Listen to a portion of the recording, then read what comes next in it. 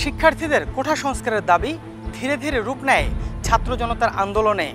আর সেই আন্দোলন থেকেই ঘোষণা আসে এক দফার, যেটির বাস্তবায়ন ঘটে গত বছরের 5ই আগস্ট। কিন্তু এরপরেও কেন বরিশাল বিশ্ববিদ্যালয় আন্দোলনে উত্তাল? আমরা জননেত্রী শেখ হাসিনাতে আস্থা রাখি এবং আস্থা রাখবো। সবাইকে ধন্যবাদ। জয় বাংলা, জয় বঙ্গবন্ধু। তারা আওয়ামী লীগের যে এজেন্ডা সেটা এখনো বাস্তবায়ন করতে চাচ্ছে। সেদিনের জুম মিটিংয়ে অংশ নেয়া শিক্ষক কর্মকর্তা কর্মচারীদের খুঁজে বের করব, যাদের কেউ কেউ সরাসরি আওয়ামী রাজনীতির সাথে যুক্ত ছিলেন, আবার কেউ কেউ অযোগ্য হয়েও শুধু রাজনৈতিক প্রভাব খাটিয়ে বাগিয়ে নিয়েছিলেন বিশ্ববিদ্যালয়ের চাকরি। তবে তার আগে আন্দোলনরত শিক্ষার্থীদের বক্তব্য জানা দরকার।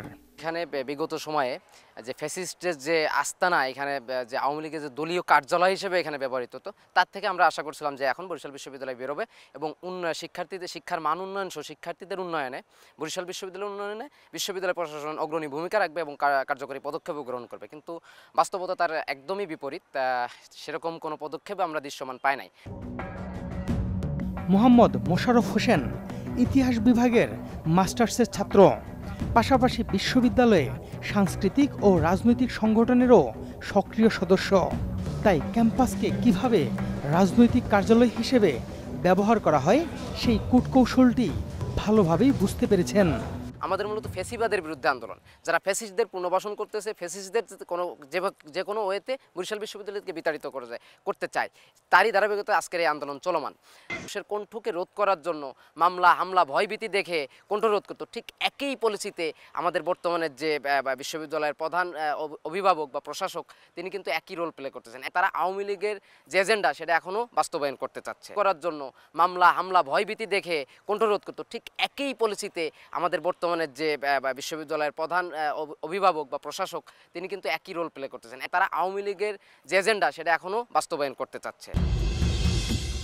দেশকে অস্থিতিশীল করার প্রচেষ্টার যে অভিযোগ করেছেন মোশাররফ হোসেন, তার একটি নমুনা খুঁজে পায় টিম সার্চলাইট। 13 এপ্রিল ইংরেজি বিভাগের অধ্যাপক ডক্টর মহসিন উদ্দিনকে সিন্ডিকেট ও একাডেমিক কাউন্সিলের সদস্য পদ থেকে অব্যাহতি দিয়ে একটি চিঠি দেয় বিশ্ববিদ্যালয় প্রশাসন। রেজিস্ট্রার মনিরুল ইসলামের স্বাক্ষর করা ওই চিঠিতে অধ্যাপক মহসিনকে ফ্যাসিস্ট সরকারের দোসর আখ্যা দেওয়া হয়। রেফারেন্স হিসেবে তার নিয়োগের সময় পুলিশ ভেরিফিকেশনের মন্তব্য উল্লেখ করা হয় ওই চিঠিতে, যাতে বলা হয়েছিল রাজনীতি না করলেও আওয়ামী লীগের আদর্শ লালন করেন ডক্টর মহসিন উদ্দিন।